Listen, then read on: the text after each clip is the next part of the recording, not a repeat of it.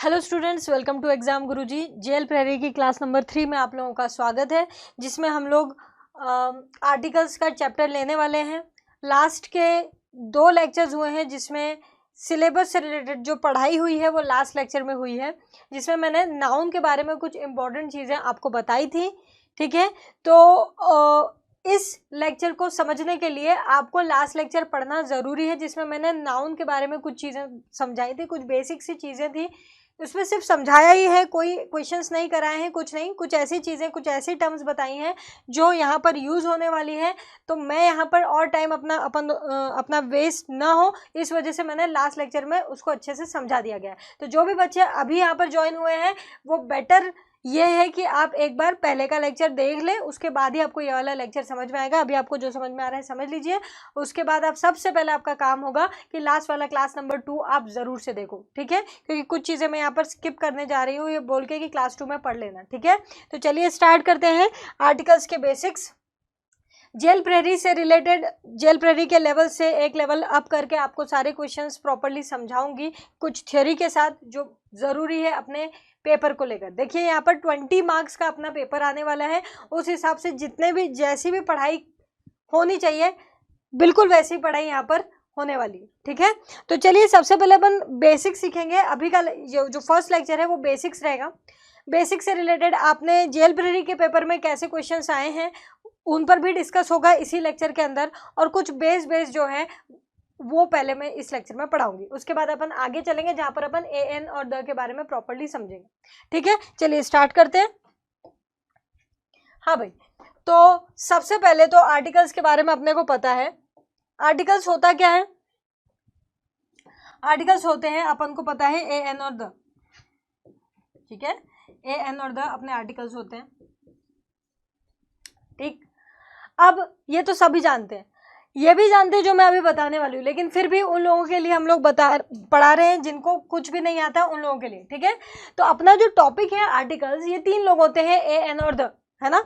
तो ये पूरा की पूरा जो टॉपिक है ये अपना 3 पार्ट में डिवाइड होता है, 2 पार्ट में डिवाइड होता है, सॉरी 2 पार्ट में डिवाइड होता है। ठीक है, एक होता है इंडेफिनेट आर्टिकल, एक होता है इंडेफिनेट आर्टिकल और दूसरा होता है डेफिनेट आर्टिकल। इंडेफिनेट का मतलब होता है अनिश्चित। देखिए नाम के जो मीनिंग्स मैं बता रही हूँ ना, वो ढंग से समझना, क्योंकि मीनिंग के हिसाब से ही आपको बहुत सारी चीजें समझ में आएंगी। ठीक है, तो इंडेफिनेट आर्टिकल का मतलब होता है अनिश्चित आर्टिकल। ठीक है, जो निश्चित नहीं है, वाक्य में निश्चित नहीं है, ऐसे ध्यान रख लो। ठीक है, डेफिनेट आर्टिकल क्या होता है? निश्चित, जो निश्चित है, वाक्य में निश्चित है, उसको बोलते हैं डेफिनेट आर्टिकल। इंडेफिनेट में 2 लोग आते हैं, ए और एन, और डेफिनेट में आता है द। बस इतनी सी बात आपको ध्यान में रखनी है। ये जो लेक्चर है अपन ए एन और द कहाँ पर बेसिकली लगते हैं, और उसमें से ही मैक्सिमम क्वेश्चन आ गए आपके। मैं जो क्वेश्चन बताऊंगी आपको वो जेएल प्रेरी से रिलेटेड ही होंगे। हाँ, जेएल प्रेरी के प्योर क्वेश्चन अपन नेक्स्ट लेक्चर से करेंगे। ठीक है, यहाँ पर मैं कुछ दूसरे एसआई लेवल के क्वेश्चंस ले रही हूँ, आपके लिए अच्छा ही है, अपन एक लेवल ऊपर ही पढ़ेंगे। ठीक है, तो यहाँ पर इनडेफिनेट आर्टिकल क्या हो जाता है? ए एन, और डेफिनेट आर्टिकल क्या हो जाता है? द। क्लियर है? चलो यहाँ पर कुछ छोटी छोटी सी चीजें बताऊंगी जो आपको याद रखना है, फिर अपन उससे रिलेटेड एग्जाम में आए हुए क्वेश्चन करेंगे। ठीक है, मैं फिर से बोल रही हूँ, मैं यहाँ पर कुछ छोटी छोटी सी चीजें बता रही हूँ जहाँ पर आपको सबसे ज्यादा फोकस करना है, सबसे ज्यादा ध्यान से पढ़ना है। उसके बाद उनको आधार बनाकर अपन अपने एग्जाम्स की क्वेश्चन करने वाले। क्लियर? चलिए तो स्टार्ट करते हैं। सबसे पहले मैं इसको प्रॉपरली आपको बताती हूँ। सबसे पहले अपन इसको उठाते हैं, है ना। ए एन से रिलेटेड कुछ बेसिक चीजें बताएंगे अपन। चलिए 2-3 पॉइंट्स बताऊंगी, बस आपको ध्यान रख लेना, उसमें से बहुत क्वेश्चंस आपके टूटेंगे। ठीक है, सबसे पहली बात आपको याद रखना है, सबसे पहली बात आपको याद रखना है कि ए एन जो है ना, इसका मतलब होता है, इसका मतलब होता है एक। प्रति, प्रति मतलब पर वाला प्रति, प्रति किलो, प्रति ग्राम वाला, है ना, पर। 1 सिंगल। ठीक है, सबसे पहले आप ये ध्यान रख लो, ये ध्यान रखना जरूरी है, क्योंकि इससे ही रिलेटेड क्वेश्चंस बन जाते हैं एग्जाम में। अभी बताऊंगी मैं आपको, एग्जाम में आए हुए ही क्वेश्चंस हैं, वही बताऊंगी आपको, आप ही के लेवल के। ठीक है, तो याद रखना सबसे पहले तो कि ए और एन का मीनिंग ये भी होता है, और जहां पर आपको ये भरना हो, जहां पर आपको इसका मीनिंग अच्छा लग रहा हो कि यार ये ब्लैंक आ रहा है और यहाँ पर तो प्रति किलो लिखना है, प्रति किलो आना चाहिए। और आपके ऑप्शंस में पर नहीं लिखा है लेकिन AN लिखा हुआ है, तो आप वहाँ पर सीधा वही भरें और किसी पर नहीं जाए, ठीक है। आपको यहाँ पर कोई नंबर भरना है, ठीक है, कोई भी ब्लैंक दे रखा है, एग्जाम्पल देती जा रही हूँ, क्वेश्चंस आएंगे फिर आप आंसर देना, ठीक है। कोई भी आप उसने ऐसे लिखना चालू करा, ये आपका क्वेश्चन है और यहाँ पे उसने ब्लैंक दे दिया और आपको यहाँ पर पता चल रहा है पढ़ने पर कि यहाँ पर कोई नंबर आने वाला है, नो नहीं लिखा है यहाँ पर, ठीक है, मैंने नंबर लिखा है, नंबर, ठीक है, नहीं तो गलत सलत समझ जाते हो, है ना। तो यहाँ पर कोई नंबर तो आने वाला है, लेकिन ऑप्शन में क्या आ रहा है, AN द नो आर्टिकल। आपको पता है यहाँ पर कोई नंबर आने वाला है, पढ़ने से समझ में आ जाता है ना क्या कि कुछ 1 2 3 4 कुछ नंबर आने वाला है, ठीक है। अब क्योंकि 2 3 4 5 6 तो है ही नहीं, तो आएगा तो एक ही। क्यों एक ही आएगा, क्योंकि अपने पास एक के ऑप्शन है, और अगर दूसरा आ रहा होता तो उसके भी ऑप्शन होते हैं ना। द का मतलब तो नहीं होता 1 2 3 4 कुछ नहीं होता द का मतलब इनमें से, ठीक है। और नो आर्टिकल भरना ही नहीं क्योंकि यहाँ नंबर भरना है, तो नो आर्टिकल भी गया, द भी गया, अब आपको इसमें से भरना है। मेरी बात समझ में आ रही है? सबसे पहली बात मैं आपको यही समझा रही हूँ और सीधा मैं मुद्दे पर ही आ रही हूँ। इसी पर से, यहीं से आपके क्वेश्चन शुरू हो जाते हैं। आप जानते हो, अगर आप लास्ट पेपर चेक करोगे जेल प्रेरी के, इवन MPSI वालों को भी मैं कह रही हूँ, आप जानते हो इस पर क्वेश्चन आए हैं, अभी मैं दिखाऊंगी, वो MPSI का ही क्वेश्चन होगा, ठीक है, क्योंकि जेल प्रेरी में हर टॉपिक से ज़्यादा क्वेश्चंस नहीं पूछे गए हैं, ठीक है, लिमिटेड हैं, तो हमारे पास बहुत कम क्वेश्चंस है आपको सिखाने के लिए, इसलिए मैं कुछ आपके लेवल के MPSI के क्वेश्चंस भी इसमें इंक्लूड कर दूंगी ताकि मैं आपको अच्छे से पढ़ा पाऊँ, अच्छे से क्वेश्चंस दिखा पाऊँ, ठीक है। तो अभी मैं बताऊँगी MPSI का क्वेश्चन आएगा, ठीक। तो सबसे पहली बात अपनी ये हो गई कि जहां पर भी अपने को इन अर्थों में भरना है, ठीक है, फिल इन द ब्लैंक भरना है, या कुछ भी इस अर्थ में आ रहा है लेकिन ये ऑप्शंस में नहीं है लेकिन AN है, तो डेफिनेटली आपको उसी पर जाना है। मेरी बात आई क्लियर समझ में? डेफिनेटली आपको उसी पर जाना है जहाँ पर आपको नंबर भरना हो। फॉर एग्जाम्पल जैसे मैंने बोला, मैं आपको बताती हूँ इसको प्रॉपरली लिख के, ओके। जैसे यहाँ पर बोला these mangoes cost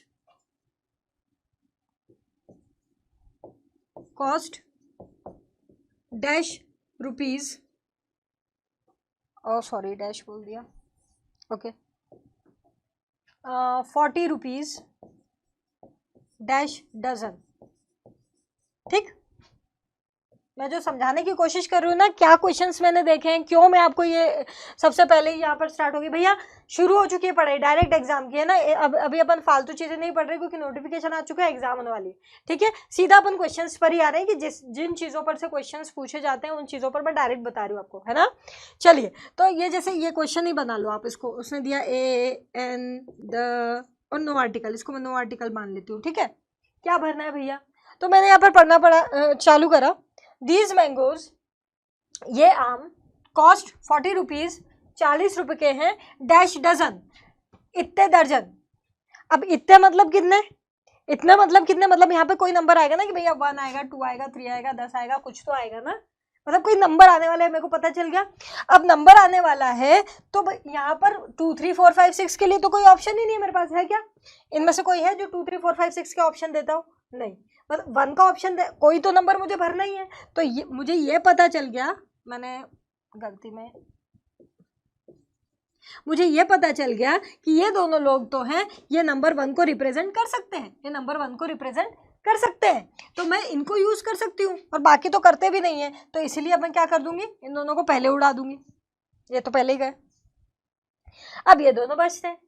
अब सेकंड स्टेप मैं आपको बता रही हूँ, सबसे पहले यहाँ पर भी आपको स्पेशली ध्यान देना है कि आप अटकते कहाँ पर हो, A और N के यूज पर अटकते हो, A और N के यूज पर अटकते हो। भैया कुछ नहीं है, टेंशन नहीं लेना है, अपन जल्दी जल्दी इसलिए कर रहे हैं क्योंकि मैं चाहती हूँ कि जितनी जल्दी अपन क्वेश्चंस को फेस करें ना उतना अच्छा रहेगा, क्योंकि एग्जाम आ गई है ना। तो कुछ नहीं करा अपन ने, अभी बस शुरुआत ही करी है, ए और एन को उठाया है, और उसमें पहली इंपॉर्टेंट बात डायरेक्ट क्वेश्चन से रिलेटेड मैंने बताई है कि जब भी तुमको ऐसा लगे कि यहाँ पे तो कोई नंबर आने वाला है लेकिन ऑप्शन तुम्हारे सारे आर्टिकल वाले हो, तो तुमको सबसे पहले द और नो आर्टिकल को उड़ा देना है और ए और एन में से चूज करना है। अब यहाँ पर अपने को क्वेश्चन अराइज होता है, हाँ मैम ए और एन में से चूज करना है, लेकिन चूज क्या करें, ये तो 2 लोग हैं। वैसे मैं जानती हूँ कि आप में से मैक्सिमम लोगों को पता है कि क्या करना है, मैं क्या बोल रही हूँ, ठीक है। लेकिन कुछ लोग हैं जो हो सकता है लाइफ में पहली बार पढ़ रहे हो, उन लोगों के लिए बता देते हैं कि मैम दोनों तो नहीं भर सकते ना हम। जो मैंने अभी लिखा था क्वेश्चन, उसमें ए और एन दोनों तो नहीं भर सकती थी। किस प्रकार से भरना है, ध्यान रखना कि एन जो है वो जब भी आपका वॉवल साउंड आता है, स्वर, मैं क्या लिख रही हूँ, वॉवल साउंड,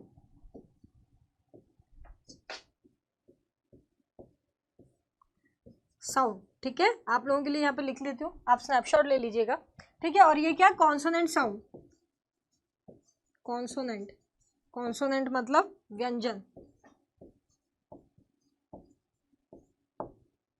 साउंड, साउंड मतलब यहाँ पर क्या बात कर रही हूँ मैं, उच्चारण, उच्चारण ना, जो आप प्रोनाउंसिएशन भी बोलते हैं उसकी बात कर रही हूँ। या आप लोगों के लिए मैंने यहाँ पर लिखा है, जो लोग फर्स्ट टाइम पढ़ रहे हैं जरूर से इसका स्नैपशॉट ले लो, क्योंकि मैं अभी इसको हटाने वाली हूँ, है ना। और भी कुछ पॉइंट्स बताऊंगी आपको, स्नैपशॉट ले लो इसका, क्लियर। चलो तो बात करते हैं इसकी।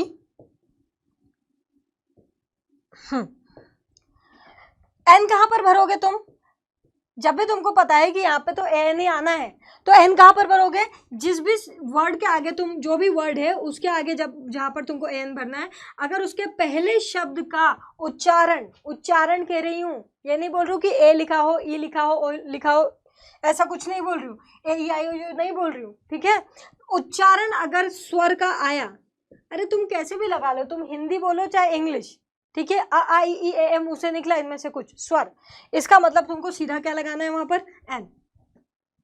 जैसे अभी इससे पहले मैं वो डजन वाली बात कर रही थी ना, अपने को पर डजन भरना था, लेकिन पर ऑप्शन में नहीं था, तो अपने को क्या भरना था वहां पर, ए या एन। तो क्या भरोगे, देखो ये आपका वर्ड है, इसमें इसको बोलो, क्या क्या बोल रहे हो, डजन, क्या सबसे पहला अक्षर क्या निकला मुझसे, ड, क्या निकला, ड। हिंदी में ड ऐसा होता है, और इंग्लिश में ले जाओ तो ऐसा होता है। तो इधर से चेक करो या इधर से, ड व्यंजन है कि स्वर है, स्वर है क्या, नहीं तो। डी आपका कॉन्सोनेंट होता है कि वॉवेल होता है, वॉवेल है क्या, नहीं तो। इसका मतलब वॉवेल नहीं है, इधर से देखो चाहे इधर से देखो, हिंदी में देखो चाहे इंग्लिश में देखो, ठीक नहीं है, मतलब आपका एन भी नहीं आना, अपने आप आपका तीसरा ऑप्शन भी गलत हो जाता है, आंसर आ गया आपका ए। मेरी बात आई समझ में। तो ध्यान रखना कि जिसके भी आगे तुमको ए या एन भरना है, अगर उसके पहले अक्षर का उच्चारण, उच्चारण पहला अक्षर नहीं, उच्चारण, ठीक है, पहले अक्षर से रिलेटेड कोई लेना देना ही नहीं है मेरे को, A B C D E F G H कुछ भी लिखाओ, मुझे कोई लेना देना नहीं है। लेना देना किस चीज से है, मैं बोल क्या रही हूँ, मेरे मुंह से क्या निकल रहा है इसको प्रोनाउंस करते वक्त, ठीक है। अभी मैं बताऊंगी मैं क्या कहना चाह रही हूँ। फॉर एग्जाम्पल अपन यहाँ पर लिख देते हैं कि मैं 1 घंटे में आता हूँ, 1 घंटे में आ रही हूँ, जो भी है, आई विल बी बैक, ऐसे कुछ भी आप लिख लो, I will be back in dash R. अब बोल रहा है कि डैश घंटे में मैं आता हूँ वापस। अब इसका मतलब यहाँ पर अपने को गिनना है, कोई संख्या आएगी, 1 घंटा, 2 घंटा, 3 घंटा, और क्योंकि यहाँ देखो सिंगुलर लिखा है, एक वचन में लिखा है, बहुवचन में होता तो एस लगा होता है, लेकिन एस नहीं लिखा हुआ है, लेकिन एस नहीं लिखा हुआ है। इसका मतलब क्या है, यहाँ पर क्या आना चाहिए, 1, और ऑप्शन में मेरे को फिर वही दे मारा, A N the no article, फिर वही दे दिया, ठीक है। तो अपने को तो पता है कि वहां पे कोई नंबर आने वाला है, और नंबर के लिए अपने पास 2 ही लोग बचते हैं, या ऑटोमेटिकली गलत हो जाते हैं।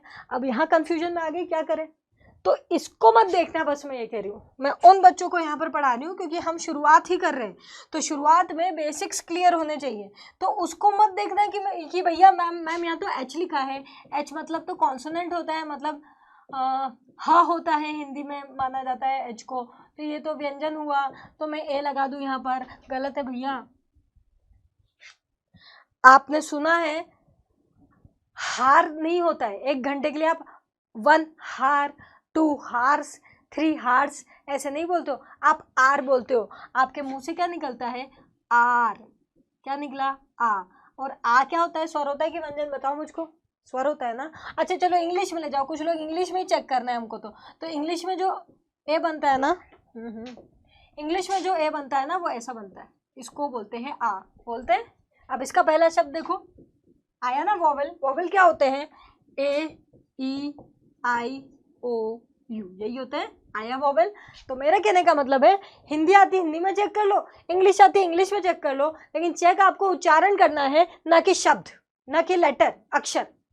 चेक आपको उच्चारण करना है, ना कि अक्षर, ठीक है। यहाँ एच देखोगे तो ए भरने लग जाओगे, गलत हो जाएगा। बोल के देखो क्या आया, आर, हम आर बोलते हैं 1 घंटे के लिए, इसको प्रोनाउंस आ करते हैं, हाँ नहीं करते।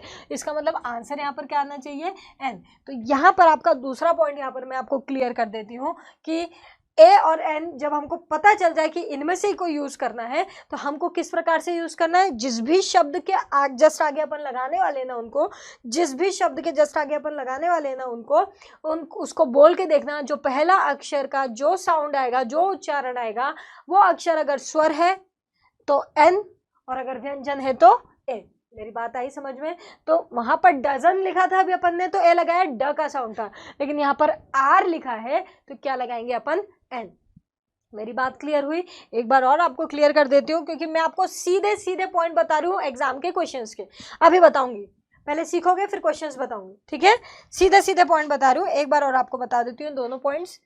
एक शॉर्ट सा समरी ले लेते हैं अपन, ये सब एक्स्ट्रा चीजें हटा लें, ठीक है? हाँ भाई, चलिए फिर से एक बार देख लेते हैं कि सबसे पहले टाइप के क्वेश्चन, ये टाइप 1 मैंने आपको बताया, टाइप 1 क्वेश्चंस मान लो, ये टाइप 2 क्वेश्चंस मान लो, जो चाहते हो, जो जैसा चाहो वैसा मान लो, ठीक है? टाइप 2 टाइप 1 सब मिक्सड ही है, समझ लो, आप नंबर से ही जान लो, ठीक है? सबसे पहली बात क्या कि जब भी आप कोई वाक्य पढ़े और आपको लगे कि यहाँ पे तो कोई नंबर आने वाला है, ठीक है, यहाँ पे तो कोई नंबर आने वाला है, या प्रति का अर्थ निकले या 1 या 1 का अर्थ निकले और आपके ऑप्शन में कुछ भी नहीं लिखा हो ऐसा 1 पर, मतलब आप इनकी जगह ये आ सकते हैं, तो इनकी जगह आप क्या भर सकते हो, ए या एन बिल्कुल भर सकते हो, ये इक्वल होते हैं इनके अर्थों से, ठीक है? जहां पर भी आपको 1 भरना हो, जहां पर भी आपको प्रति भरना हो, बिल्कुल बिंदास अपने को एन लगाना है।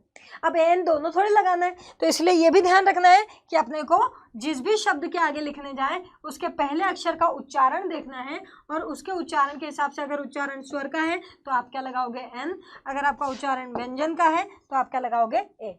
मेरी बात आई समझ में? आगे बढ़ते हैं, 2-3 पॉइंट्स और देख लो, उसके बाद क्वेश्चंस देखते हैं। चलिए, अब ये ए एन का बेसिक यूज हो गया। अब मैं आपको ये बताती हूँ कि प्रॉपरली ए एन यूज कहाँ होता है ना, उसको देख लेते हैं। आप स्नैपशॉट ले लो, आपको ये 2 पॉइंट्स का लेना है तो, क्योंकि मैं इसको अभी रब करने वाली हूँ, फिर अपन देखते हैं आगे। ओके, चलिए।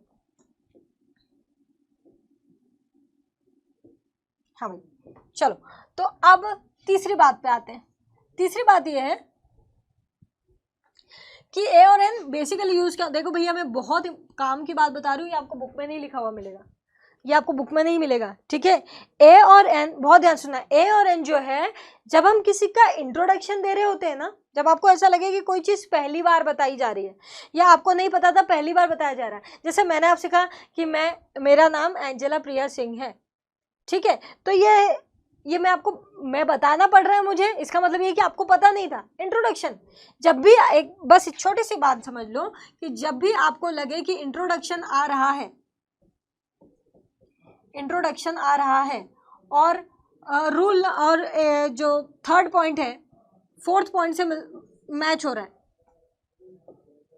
सोच रहे होंगे क्या बोल गई है, ठीक है? मैं बताती हूँ आपको, चलिए। हाँ, जब भी आपको कोई सेंटेंस पढ़ने पे लगे कि ये तो इंट्रोडक्शन आ रहा है, ठीक है, और वो तो लगे ही, और साथ में जो 4th पॉइंट बताने जा रही हूँ वो भी मैच होना चाहिए, ठीक है?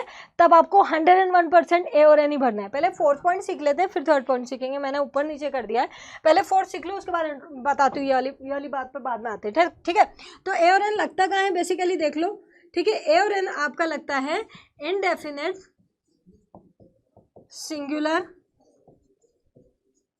काउंटेबल नाउन, ये बात अच्छे से ध्यान रखना। अब यहाँ पर मेरी आधे घंटे की मेहनत 15-20 मिनट, कम से कम 15-20 मिनट की मेहनत चली गई। क्यों चली गई? क्योंकि सिंगुलर काउंटेबल नाउन क्या होता है ये मैं आपको लास्ट लेक्चर में बता चुकी हूँ। आप क्लास नंबर 2 में जाके देखिएगा, ठीक है? क्लास नंबर 2 में चेक करिएगा, ठीक है? क्लास नंबर 2 में चेक करना, आपको मिल जाएगा। फिर भी मैं जल्दी से एक बार रिपीट कर देती हूँ। संज्ञा मतलब किसी भी चीज का नाम, काउंटेबल नाउन, नाउन मतलब क्या होता है, किसी भी चीज का नाम यानी नाउन, किसी भी चीज का नाम यानी नाउन। और काउंटेबल नाउन मतलब क्या होता है, जिसको तुम गिन सको, जैसे पेन, इस चीज को क्या नाम दिया है अपन ने, पेन, तो ये संज्ञा हो गई, नाउन हो गया, ठीक है?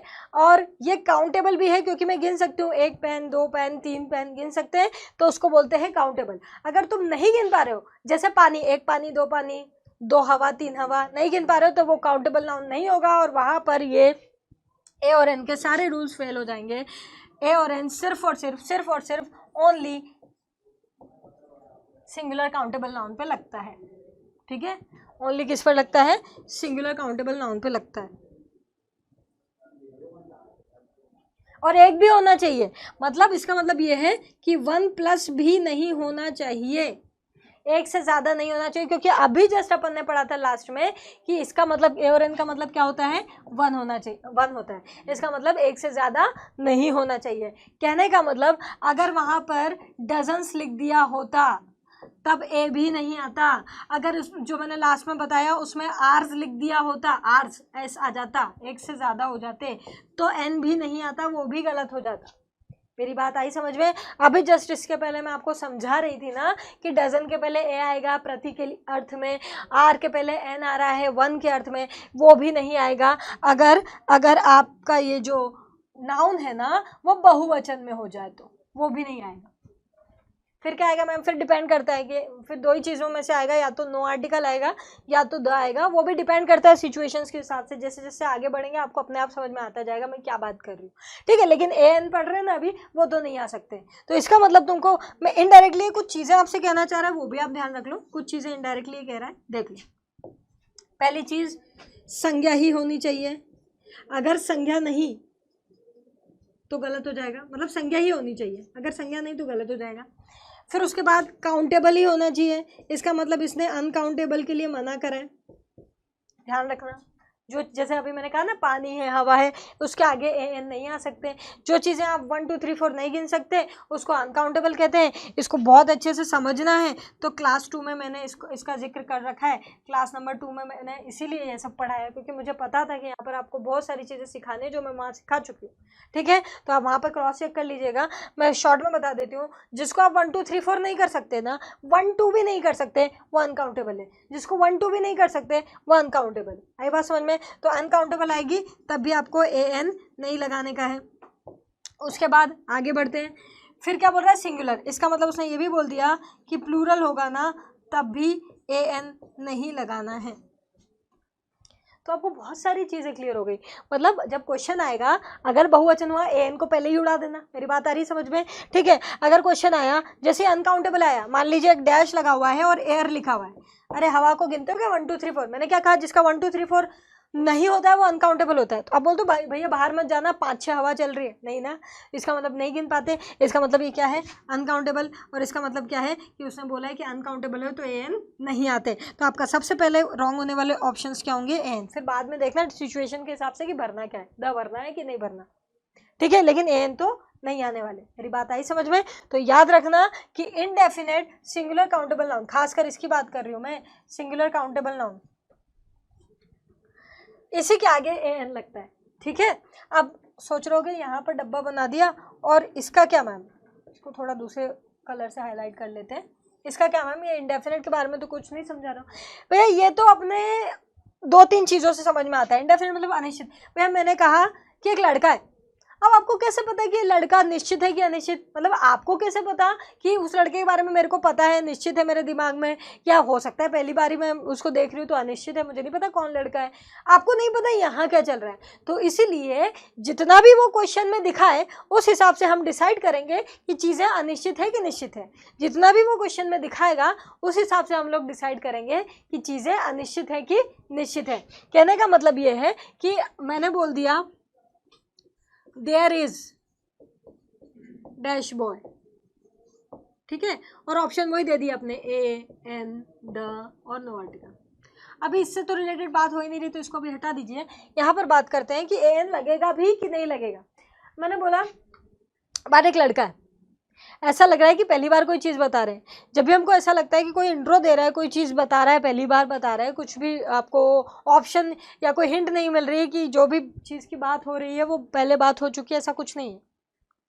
बस मैं आई और आपके सामने मैंने कहा एक लड़का है, पहली बार तो बात हुई, आपको पता ही नहीं है, ठीक है। तो इसका मतलब ये है कि यहाँ पे ए एन आएगा और आपके उच्चारण के हिसाब से ब का उच्चारण आ रहा है तो आप ए भरेंगे यहाँ पे, है ना, ब के उच्चारण के हिसाब से।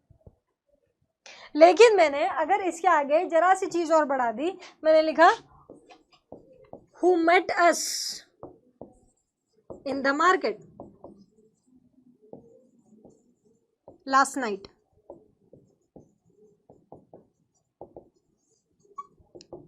मैंने कहा कि अब देखो मीनिंग चेंज हो गया। बोल रहा है कि एक लड़का है जो, हु यानी यहाँ पे क्या है, जो हमको लास्ट नाइट मार्केट में मिला था। तो अब जैसे ही मैंने बोला जो हमको लास्ट नाइट मार्केट में मिला था, आप निश्चितता की तरफ भागने लग जाओगे। इसके पहले देखो, बहुत प्रैक्टिकल सी बात है, शांति से समझो मेरी बात को, जो लोग समझ नहीं पा रहे, है ना। अभी आंसर गलत हो जाता है, द हो जाता है, पहले तो ये समझ लो, है ना। अब कैसे वो बताते हो। फर्ज करो आप हो सामने में आई एकदम से, मैंने बोला आप अंदर ही हो, आपको नहीं पता बाहर क्या चल रहा है, ठीक है, और मैं अंदर आई, मैंने कहा बाहर लड़का है। आप देखते रहोगे मेरे को, हाँ तो क्या, कौन लड़का, मेरी बात समझ में आ रही है। आप पता थोड़ी चल जाएगा क्या बाहर क्या चल रहा है, क्या बोली आके। इसका मतलब जब तक हम यहाँ से यहाँ तक चल रहे थे तब तक ए सही था, क्योंकि वो अनिश्चित था। लेकिन जैसे ही मैंने ऐसा बोला, अरे बाहर लड़का है, वो जो उस दिन मिला था ना अपने को वहां पे, इसके पहले आप सोचने का भी कष्ट नहीं उठा रहे थे कि कौन लड़का होगा, क्योंकि कौन सोचेगा, दुनिया में इतने लड़के हैं, इतने सारे, कौन क्या, मुझे क्या पता। लेकिन जैसे ही मैंने आपको डायरेक्शन दिया, हिंट दी, अरे जो अपने को वहां मिला था ना, जो उसने जिसने ऐसा करा था ना, आप सोचने लगोगे। आप सोचने लगोगे यार कब अपन लोग घूमने गए थे, कब अपन ने कहाँ देखा था, ऐसे सोचने लगोगे। निश्चितता की तरफ मैंने आपको मोड़ दिया।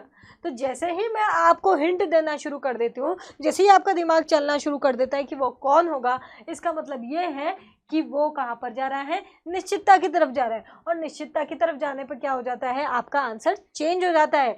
निश्चित आर्टिकल द पे आ जाते हैं, अनिश्चित आर्टिकल ए एन को छोड़कर। समझ रहे हो, डिपेंड करता है यहाँ से यहाँ तक के क्वेश्चन में, यहाँ तक के सेंटेंस में, उसके अर्थ पर डिपेंड करता है कि वो आपसे क्या बोल रहा है, ठीक है। तो ऐसी सीधी बात फेंक दी, आपको कोई हिंट नहीं दी, तो आपका आंसर ए एन होगा, ए या एन जो भी उच्चारण के हिसाब से होगा। और अगर हिंट दे रहा है, बाकायदा आपको हिंट दे रहा है वो, तो अगर आपको वो हिंट दे रहा है तो आप सीधा वहां पर क्या लगा रहे हो, द, क्योंकि चीजें क्या हो गई, डेफिनेट। अब यहाँ से मैं आपको एक और बात बता दूं, सब नोट करते जाना चीज़ों में, जहाँ जहाँ जो मेरे को समझ में आ रहा है कि ये भी आ रही है बात, इससे भी क्वेश्चन क्रैक हो सकता है, मैं वहीं लिखवा रही हूँ, ठीक है। यहाँ पे एक और बात याद रख लेना कि जहाँ पर मैक्सिमम 99% केस की बात कर रही हूँ, 99 मैम 100 क्यों नहीं, वो भी आएगा। हालांकि ये अपना लेवल नहीं है, जेल प्रेरी में ये नहीं जाता लेवल, लेकिन ठीक है, क्वेश्चन करते करते समझ में आएगी बात। जब भी अपन एमपीएसआई को और आगे बढ़ाएंगे, अभी जो लेक्चर्स चल रहे थे उसमें तो और क्लियर हो जाएगा, ठीक है। 99% केसेस में जो जिसने जिसका जितना जो वाली जो चीज़ें अगर आ जाती है ना, तो आपने द ही लगाना होता है 99% केसेस में। मतलब आपका पेपर अगर छूट रहा है, आपके पास टाइम नहीं है, आपको भागना है, और आपने जो देख लिया, तो आप एक द पे आप टिक लगा के आ सकते हो 99% के। उसमें रीज़न भी है, बहुत प्रैक्टिकल रीज़न है, मैं आपको तुक्का लगाना नहीं सिखा रही हूँ, बहुत प्रैक्टिकल रीज़न है। आप सोचो कि जब भी कोई बात बोली जाती है, उसमें जैसे ही जो जिसने जिसका जितना आता है, हम निश्चितता की ओर बढ़ते हैं, हमारा दिमाग निश्चितता की ओर सोचना शुरू करता है। सही बोल रही हूँ कि गलत बोल रही हूँ, इसी में देख लो। मैं अभी आपको प्रैक्टिकल एग्जाम्पल दे के बता रही थी कि एक लड़का बाहर है, पहचान के कौन लड़का, आप तो कब से अंदर बैठो, आपको क्या पता कितने लड़के घूम रहे होंगे बाहर। लेकिन जैसे ही मैं बोलूँगी अरे एक लड़का बाहर है, जो आया था ना उस दिन, जैसे ही मैंने ये जो लगाया और आगे की बात बोली, आपका दिमाग चलना चालू हो गया, आप सोचना शुरू हो गए कि ये कौन होगा, आप आइडेंटिफाई करना चालू कर दिए उस लड़के को। क्यों? क्योंकि अब आपको मैंने हिंट दिया जो आपको निश्चितता की ओर ले जा रही है। भले निश्चित कर रही हो चाहे नहीं कर रही हो, वो छोड़ दो, हिंट भी आ रही है ना, मतलब द है। मेरी बात समझ गए, आगे बात समझ में, तो याद रखना। अब इसको भी क्रॉस चेक करो, स्नैपशॉट ले लो भैया, क्या क्या लेना है तुम्हें, क्योंकि कुछ चीज़ें मैं हटाने वाली हूँ आपको समझाने के लिए। स्नैपशॉट ले लो, ठीक है। चलो स्टार्ट करते हैं वापस, थर्ड वाला। तो अभी अपन जो लिख रहे थे ना लड़के के लिए, वापस मैं बोलती हूँ, देयर इज अ बॉय, यार क्या है, okay, there is dash boy. इसमें क्या भर रहे हो, इसमें क्या भर रहे हो, ए, अभी पढ़ा अपन ने कैसे, तो ये अपने को ऐसे ही ए नहीं लगा देना है, ठीक है। जैसे मैंने अगर देयर इज का देयर आर कर दिया होता, मान लो देयर आर डैश बॉयज, यहाँ पर भी सीधा ही वही लगा दिया तुमने ए। क्यों मैम, आपने तो बोला अभी लड़कों के बारे में बताया थोड़ी। अरे भाई लड़कों के बारे में नहीं बताया तो ये तो देख लो कम से कम कि उसका ये बेस रूल है, ये बेस रूल है, कुछ भी हो जाए ये रूल तो लगना ही है। आप कहीं भी ए एन लगाने जाते हो ना, तो आपको सबसे पहले उसकी इम्पोर्टेंस देखनी पड़ेगी कि कहाँ पर है, कहाँ पर लगाना है, और यही लगाना है खास कर यहाँ पर। और डेफिनेट इंडेफिनेट को तो निश्चित करने वाले हम लोग होते हैं कि क्या लगाएंगे और क्या नहीं लगाएंगे, वो तो हमारे दिमाग में होता है, ठीक है, बोलते वक्त स्पोकन में। और रिटर्न में तो मैं बता ही रही हूँ आपको कैसे हैंडल करना है, ठीक है, अभी बताते जाऊंगी जैसे जैसे क्वेश्चन आएंगे, है ना। तो आपको सबसे पहले 3 चीज़ें चेक करनी है। सबसे पहले देखो क्या ये संज्ञा है, हाँ इसको देखो, इसको चेक करते हैं, चलो क्या ये संज्ञा है, हाँ बॉय संज्ञा होती है, लड़का संज्ञा होती है, ठीक है, नाउन है। अच्छा दूसरा क्या, ये पहली बात हो गई। दूसरा लगाओ, काउंटेबल है, लड़कों को गिन सकते हो 1 2 3 4, हाँ गिन सकते हैं, काउंटेबल भी, बढ़िया, दूसरा भी हो गया। तीसरा लगाओ, सिंगुलर है क्या, एक वचन है क्या, हाँ एक वचन है ना, बढ़िया, अब मैं लगा सकती हूँ, क्योंकि इन अनिश्चितता तो आ ही रही है ना, लड़के के बारे में कुछ नहीं बता रहा, तो ये पूरा हो गया, पूरा लग गया, मेरी बात आई समझ। लेकिन इसमें देखो संज्ञा है, हाँ संज्ञा है भैया, काउंटेबल है, लड़कों गिन सकते हो, नहीं गिन सकते भैया, सॉरी गिन सकते हैं, काउंटेबल। बहुवचन है कि एक वचन, इसको देख के बताओ, एक वचन है कि बहुवचन, बहुवचन है, बॉयज हो गया। अब बहुवचन है तो इसमें ये तो प्लूरल हो गया, बहुवचन हो गया प्लूरल, तो आप यहाँ पर क्या बोल रहे हैं, सिंगल के आगे लगूंगा, क्योंकि इसका मतलब ही 1 होता है, इसका मतलब आप यहाँ ए नहीं लगा सकते, आप ए एन पहले गलत करेंगे, यहाँ पर ए एन को पहले गलत करेंगे, बाद में देखेंगे क्या सिचुएशन से क्या करना है, ऑप्शंस क्या है, उस हिसाब से। मेरी बात आ रही है समझ में, ये बहुत इंपॉर्टेंट सी चीज़ बता रही हूँ, ये मैंने यहाँ पर इतने स्टार लगाए हैं, कुछ इंपॉर्टेंस है इसकी इसलिए लगाए हैं, ठीक है, ध्यान रखना। आपको एन लगाने से पहले ये 3 चीज़ें चेक करनी है, फिर से रटो, आपको एन लगाने से पहले ये 3 चीज़ें चेक करनी है, तभी एन आएगा। और वो भी कब आएगा, जब आपके ये रूल्स रेगुलेशंस चल रहे हैं, जो मैंने आपको बताया। पहली बात क्या है, जब 1 पर प्रति इन सब का मीनिंग बैठ रहा हो तो आपको एन लगाना है उच्चारण के हिसाब से, ठीक है, और नाउन यही होना चाहिए, सिंगुलर काउंटेबल नाउन। दूसरे में मैंने आपको समझा दिया कि क्या होता है, क्या करना है, सिंगुलर काउंटेबल नाउन ही होना चाहिए, और वाक्य में अनिश्चित होना चाहिए, और अनिश्चित निश्चित कैसे पहचानना है वो भी समझा दिया है। लेकिन एक बात याद रखना, एट दी एंड अपने को ऑप्शंस पे ही जाना है। अब भैया ऑप्शन ही नहीं है एन, और आप एन लगाने में लगे हो कि मैम एन कैसे लगाऊं, अरे ऑप्शन नहीं है तो फिर जो बचता है वही आंसर होगा, मैं बताऊंगी। एट दी एंड अपने को ऑप्शंस के हिसाब से ही चलना पड़ता है फिर, लेकिन ऐसे नॉर्मली वो आपको अगर कंफ्यूज करता है, ए भी दे दे, एन भी दे दे, द भी दे दे, नो आर्टिकल भी दे दे, फिर मेरे को क्या करना है वो आपको यहाँ से देखना है। आई बात समझ में। अब मैं यहाँ पर समझा दिया तो इसे हर कहीं नहीं लगाना है। अब अपन यहाँ पर देखते हैं वो जो पहली चीज मैं आपको समझा रही थी इसके बारे में, ठीक है, इसको देख लेते हैं। ये मान के चल लो कि तीसरा पॉइंट मैंने ये समझाया आपको कि ए एन जो है, और यही सबसे इंपॉर्टेंट है ना, सबसे इंपॉर्टेंट चीज है, एन जो है वो आपका सिंगुलर काउंटेबल नाउन के आगे लगता है, वो भी इंडेफिनिट, ठीक है, ये मैंने आपको अभी समझा दिया। अब ये चौथी चीज मान लो, इसको ऊपर नीचे कर लेते हैं, ठीक है। अब ये जो है, ये मैं आपको एक ट्रिक बता रही हूँ, ये कहीं पे बुक में नहीं मिलेगा आपको, एक ट्रिक जैसे समझ लो, ये है, वो है, इस प्रकार का अर्थ जहां निकल जाए, मैं लिख देती हूँ आपके लिए, ये है, ठीक है, या था, वो है, ऐसा कुछ भी मीनिंग निकलता है, इस प्रकार के जो भी, या फिर कोई ऐसा जो आपको ऐसा लगे कि इंट्रो हो रहा है, या फर्स्ट टाइम कुछ बताया जा रहा है, फर्स्ट टाइम कुछ हो रहा है, और विथ बेसिक रूल, हाँ बेसिक रूल तो आपका लगेगा ही, वो आपका बेसिक रूल क्या है कि सिंगुलर काउंटेबल नाउन ही होना चाहिए। पता चला ये सब हो रहा है, आप बहुवचन के आगे लगाए जा रहे हैं, आप अनकाउंटेबल के आगे लगाए जा रहे हैं, ये बात याद रखना सख्ती से कि सिंगुलर काउंटेबल नाउन के आगे ही ए एन लगता है, उसके आगे ही लगता है, उसके आगे लगता है, उसके आगे लगता है, ठीक है। तो मैं सिर्फ उसी केस की बात कर रही हूँ जहाँ पर एक वचन की गिनने योग्य संज्ञा हो, मैं सिर्फ उन्हीं केसेस की बात कर रही हूँ जहाँ पर एक वचन की गिनने योग्य संज्ञा हो। तो याद रखना कि जब भी आपको पढ़ने पर ऐसा लगे कि यार ये तो इंट्रोडक्शन दे रहा है, ऐसा लग रहा है कि कोई पहली बार कुछ बता रहा है, ठीक है, तब आपको वहाँ पर ए एन लगा देना है अगर सिंगुलर काउंटेबल नाउन है तो। आई बात समझ।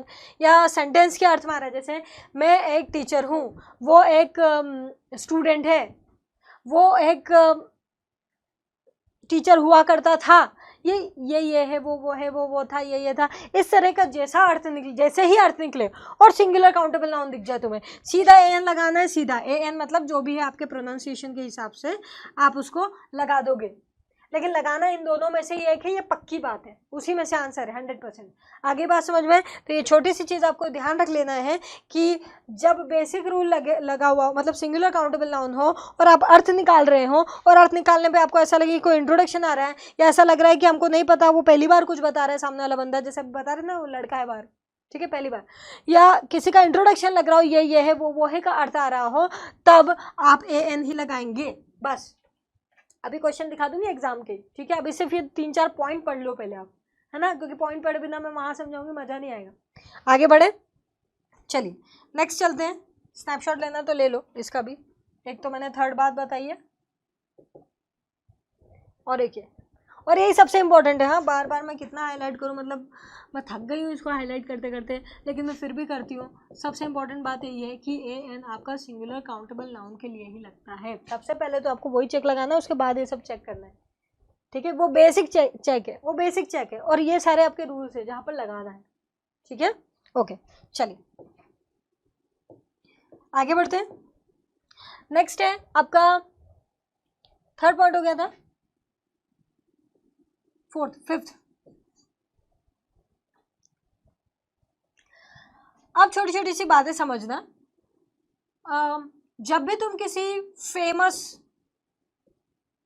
पर्सनालिटी को कंपेयर करते हो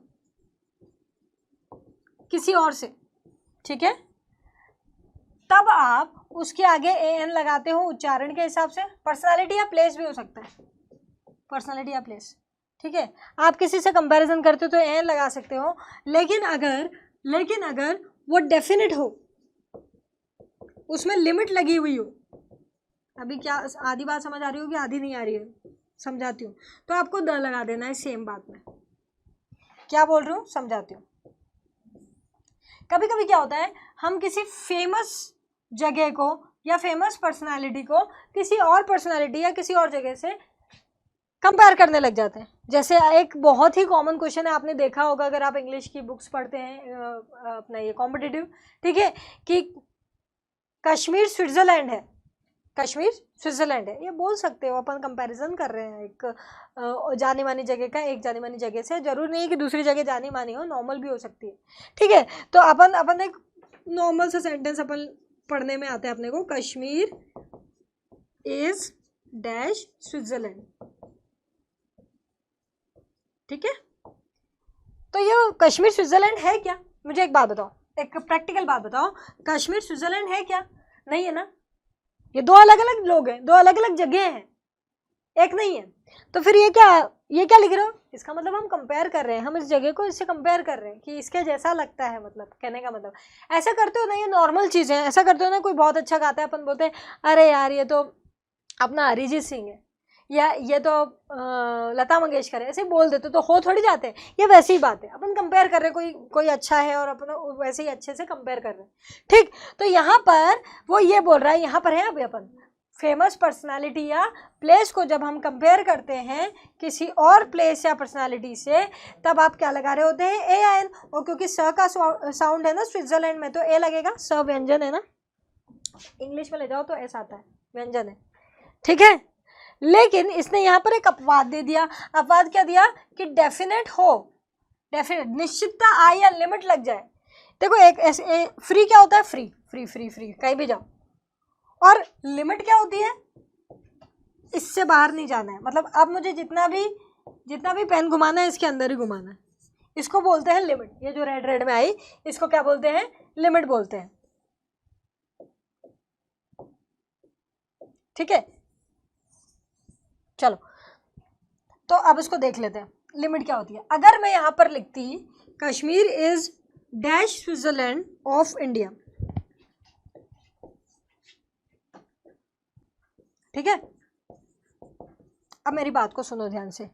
इसके पहले मैंने स्विट्जरलैंड और कश्मीर को कंपेयर किया, आपको नहीं पता मेरे दिमाग में कितनी जगह चल रही थी। हो सकता था कि मैं सिर्फ इंडिया की प्लेसेस को देखकर उसमें से कश्मीर निकाल के बोल रही हूँ कि भैया ये इसके जैसा लगता है, या ये है, ठीक। या जरूरी थोड़ी कि इंडिया की, हो सकता हूँ मैं इंडिया के आसपास के भी देशों में सारी जगहों पर मेरा ध्यान है, और फिर मैं उसमें से एक निकाल के बता रही हूँ कि यार कश्मीर है जो इसके जैसा लगता है, हाँ। या फिर मैं पूरे एशिया के प्लेसेस पर ध्यान दे रही हूँ, आपको नहीं पता, ठीक है, क्योंकि मैंने ओपन कर रखा है। आप कुछ भी सोच सकते हो, आप इंडिया का सोचो, आप इंडिया के आजू बाजू का सोचो, आप पूरे कॉन्टिनेंट का सोच लो, मुझे क्या लेना देना। मैंने यहाँ पर सेंटेंस रोक दिया है, तो अनिश्चितता है, आप जितना सोच सकते हो सोच लो। लेकिन यहाँ पर मैंने आपको बाउंड्री दे दी है यहाँ पर मैंने आपको लिमिट लगा दी है। इसका मतलब ये है, जैसे ही मैंने ये दो वर्ड जोड़े ना, इसका मतलब ये है कि मैम ने सिर्फ इंडिया की सारी प्लेसेस को देखा और उसमें से कश्मीर को निकाला जो इसके जैसा लगता है बाउंड्री के अंदर। अब आप इस बाउंड्री से बाहर नहीं जा रहे हो। जैसे ही लिमिट लगती है ना, वैसे ही कौन आता है, निश्चितता आती है। लिमिट लगती है तो निश्चित आती है ना। अब आप और क्लियर हो गए कि मुझे इसके अंदर ही सोचना है ना, क्योंकि ओपन है तो कभी भी सोच सकते थे अनिश्चित, लेकिन यहाँ पर तो निश्चितता आ गई, और निश्चितता आती है तो कौन आता है, द आता है। ये बात ध्यान रखना। निश्चित अभी अपन ने द के भी हाथों हाथ 2 पॉइंट्स सीख लिए, अगर आपको पता हो तो। एक वो लड़के वाले एग्जाम्पल में जहाँ पर वो जो वहाँ मिला था वाले में, है ना, और एक ये यहाँ पर भी। मेरी बात आई समझ में? तो ध्यान रखना। ऐसे बहुत वो शेक्सपियर वाला भी बहुत चलता है, वो एग्जाम्पल बहुत आता है एग्जाम में भी, पेपर्स में भी अपने को दिखता रहता है ना। क्या Kalidas is dash Shakespeare. Kalidas जो है अपने यहाँ के पोएट, वो शेक्सपियर और जो पोएट है उनसे कंपेयर किया जा रहा है उनको। तो कालिदास इज डैश शेक्सपियर, इसमें ए लगाओगे, एन लगाओगे कि द लगाओगे? अरे ए लगेगा। क्यों ए लगेगा? क्योंकि मुझे तुम्हें क्या पता है कि मैं कितने पोइट्स में मैं अपने अपने इंडिया के पोइट्स में देख रही हूँ, या मैं आसपास के भी पोइट्स देख रही हूँ, या मैं कॉन्टिनेंट या वर्ल्ड, आपको क्या पता। लेकिन जैसे मैंने बोला Kalidas is dash Shakespeare of India, जैसे ही मैंने इंडिया लगाया बाउंड्री लगी, और बाउंड्री लगी तो कौन आया, द आया। बाउंड्री ऑफ द वर्ल्ड भी हो सकता है, आप भले ही वर्ल्ड लिख दो। आप ये मत सोचना कि अरे वर्ल्ड लिख दिया मैम अब क्या करें, अब तो द थोड़ी लगेगा, अब तो वर्ल्ड है। अरे कुछ तो लिखा है ना, कुछ तो लिखा है यहाँ, ऐसा तो नहीं छोड़ दिया। बाउंड्री आप कैसे भी हो सकती है, तो ऑफ द वर्ल्ड भी हो सकती है, कोई दिक्कत नहीं है, लेकिन बाउंड्री लगी होनी चाहिए। अगर बाउंड्री लगी है तो द, नहीं लगी है तो ए एन। कब की बात कर रही हूँ, जब किसी जानी मानी जगह या जब किसी जाने माने व्यक्ति को किसी और व्यक्ति से, वो जाना माना भी हो सकता है, फेमस भी हो सकता है और अनफेमस भी हो सकता है, कोई दिक्कत नहीं, लेकिन जिसको कंपेयर किया जा रहा है वो फेमस होना चाहिए, ठीक है। जैसे स्विट्जरलैंड से कंपेयर किया जा रहा है, इसको दुनिया जानती है, ठीक है। और हमने दूसरी चीज़ भी नो नहीं रखी, ये भी वेल नो नहीं है। हम चाहते तो किसी कोई और जगह भी, नॉर्मल एवरेज जगह भी ले सकते हैं, ठीक है। तो किसी जाने माने व्यक्ति या जगह को किसी और व्यक्ति या जगह से जब कंपेयर किया जाता है तो उनके नामों के आगे ए एन लगता है, जब तक कि उनको लिमिट ना दी जाए, और अगर लिमिट दे दी गई है तो क्या लगता है, द। मेरी बात आ गई समझ में? आई होप यहाँ तक की बातें समझ में आई होंगी। ये बेसिक्स थे। और एक बात बता देती हूँ, जेल प्रहरी वालों को मैं बोल रही हूँ, एमपीएसआई वाले भी जानते होंगे, जो लोग रेगुलर प्रैक्टिस पे हैं, पढ़ते हैं, क्वेश्चंस देखते हैं, वो जानते हैं कि इतने में ही बहुत क्वेश्चन आ जाते हैं। बताएंगे अभी कैसे, ठीक है। लेकिन जेल प्रहरी वाले में यहाँ तक में ही आपके आर्टिकल्स के 50% क्वेश्चंस कवर हो जाते हैं।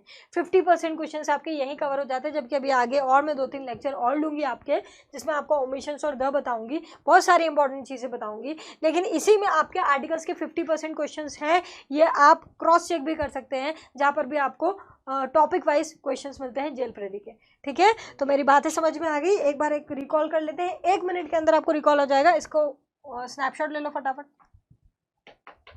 हो गया? चलो देखते हैं। हाँ भाई, पहली बात क्या करी, जब वन पर प्रति इसका इन सब का अर्थ आता है तब भी आपको एन लगाना है, ठीक है। दूसरी बात क्या करी, एन तो लगाना है मैम, लेकिन इन दोनों में से भी क्या लगाना है, तो पढ़ लिया था कि आपको साउंड पर ध्यान देना है, ठीक है। कॉन्सोनेंट का साउंड है तो ए, और वॉवेल का साउंड है साउंड, उच्चारण, लिखे हुए पे मत जाना, ठीक है। तो आपका एन आएगा। तीसरी बात अपन ने क्या पढ़ी, तीसरी बात अपन ने ये पढ़ ली कि ए एन जो है ये बेसिक रूल है। बेसिक रूल है मैं पता नहीं कितनी बार बोल चुकी हूँ ना, फिर भी गड़बड़ करोगे। एन लगता कब है, जब आप इंडेफिनेट सिंगुलर काउंटेबल नाउन पे हो। खास करिए इंडेफिनेट डेफिनेट डिसाइड करना तो अपने को करना है, ठीक है। क्वेश्चन देख के और अपन क्या सोच रहे हैं सब जो भी है, ठीक है, वो अभी धीरे धीरे आ जाएगा क्वेश्चन देख के।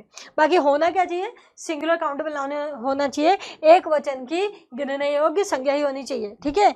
चौथी बात अपन ने क्या पढ़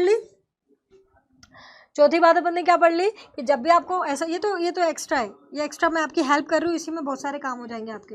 इंट्रोडक्शन लगे या ऐसा लगे कि फर्स्ट टाइम बोला जा रहा है कुछ, ठीक है, या वो ये है वो है वाली बात याद है, ये है वाला, ऐसा, ठीक है। अब यार इतना सारा बार थोड़ी लिखेंगे, ठीक।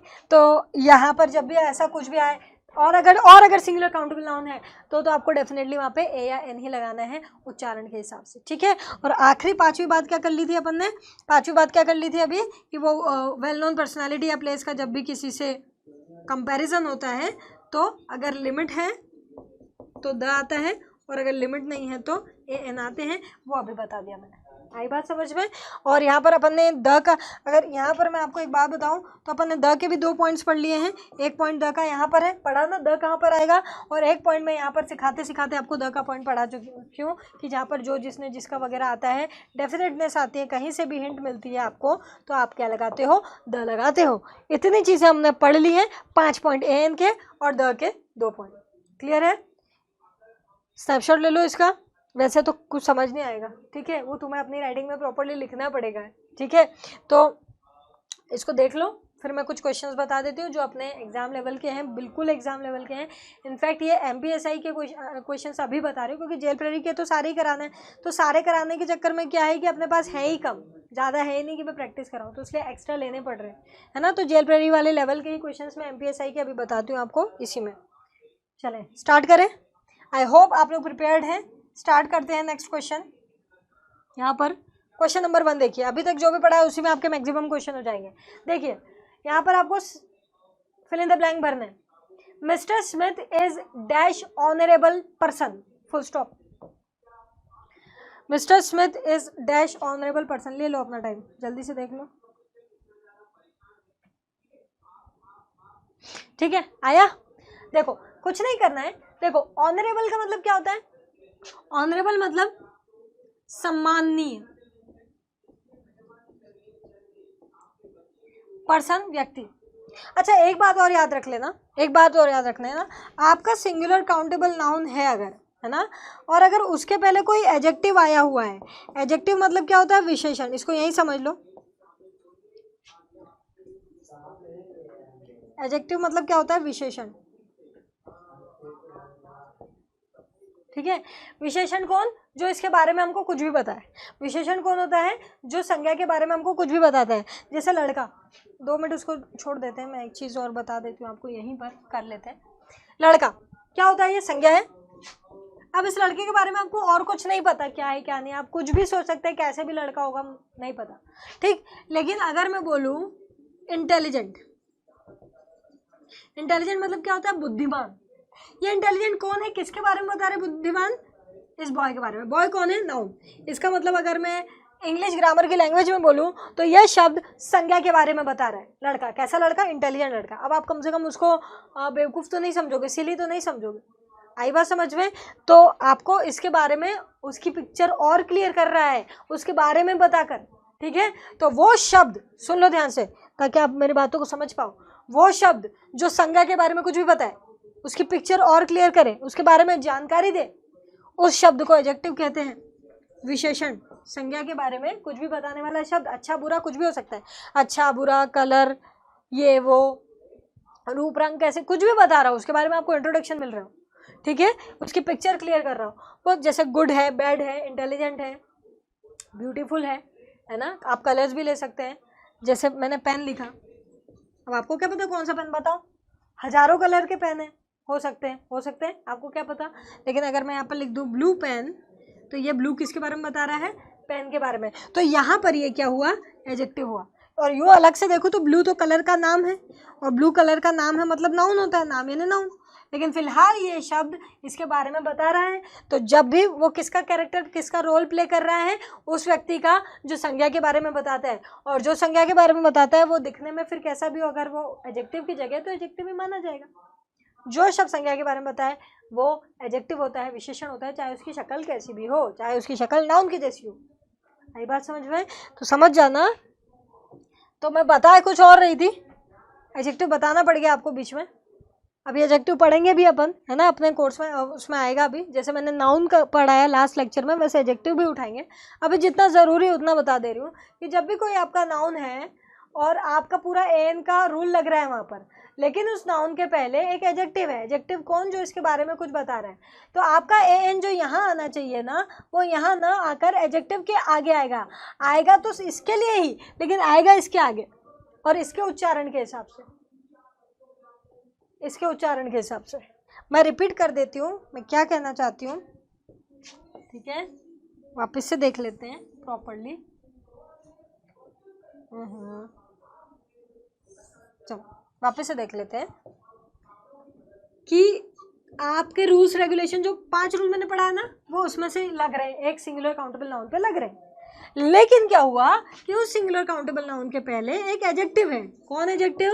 वो शब्द जो हम अपने आप से पूछे कि भैया ये कौन है, तो ये है।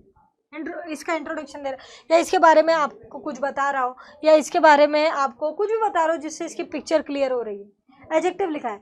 तो पहले क्या कर रहे थे अपन कि यहाँ पर लिख रहे थे एन, यहाँ लिख रहे थे ना, लेकिन क्योंकि इसका एडजेक्टिव यहाँ पर बैठा हुआ है इसलिए फिर एडजेक्टिव के आगे आता है, उसके आगे नहीं। हाँ, ये बात अलग है कि इसका इससे कोई लेना देना नहीं है, ये सिर्फ यहाँ इसके आगे आया है, लेकिन आया तो इसी के लिए।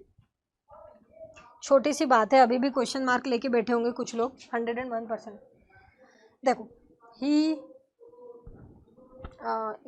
ये वाला नहीं लेते हैं, दूसरा लेते हैं और अच्छा लेते हैं और क्लियर हो जाएगा। It is dash book.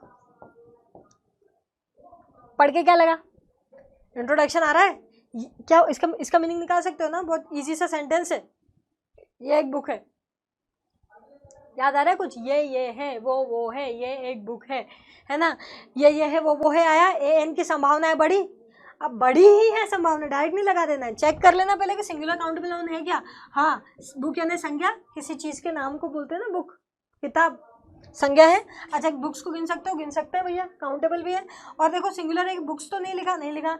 अब पूरी तरीके से समझ में आ गया कि भैया ए लगेगा और ए लगेगा, ब का साउंड आ रहा है, सही बात। लेकिन अगर मैं यहाँ पर इट इज डैश इंटरेस्टिंग मतलब आप रुचि लेंगे उसमें, अच्छी लगेगी पढ़ना, ठीक है। Interesting dash book. अगर मैं ये सेंटेंस ऐसा बना दूं, ये तो अभी भी इंट्रोडक्शन ही आ रहा है। ये एक बुक है, पहला वाला, ये एक इंटरेस्टिंग बुक है। आपको पता नहीं था, मैं बता रही हूँ ये बहुत इंटरेस्टिंग बुक है, तुमको अच्छी लगेगी, ठीक है। इंट्रोडक्शन दे रही हूँ एक तरीके से उसका। ये है, वो है, ये एक इंटरेस्टिंग बुक आया, इसका मतलब एन के चांसेस बढ़ जाते हैं। अब एन के चांसेस बढ़ जाते हैं, पहले तो तुम ये नाउन चेक कर लो कि सिंगुलर काउंटेबल है क्या। हाँ है, एन तो आएगा, लेकिन अब आएगा कहाँ? पूछो अपने आप से, ये इंटरेस्टिंग आ गया, नया सा वर्ड। इंटरेस्टिंग यानी होता है जिसमें तुम रुचि लो, ठीक है, जिसमें तुम रुचि लो, है ना, अच्छे से पढ़ो ध्यान से, तो इंटरेस्टिंग। कैसी बुक है? इंटरेस्टिंग बुक है, अच्छी है ना। तो ये इंटरेस्टिंग किसके लिए यूज हुआ? इंटरेस्टिंग इट के लिए हुआ? नहीं तो इसके लिए हुआ? नहीं तो बुक के लिए हुआ। कौन इंटरेस्टिंग है? पूछो अपने आप से, बुक है। इसका मतलब बुक क्या है? नाउन। बुक क्या है? नाउन। और ये इंटरेस्टिंग कौन है? बुक है। मतलब ये शब्द किसके बारे में बता रहा है? नाउन के बारे में।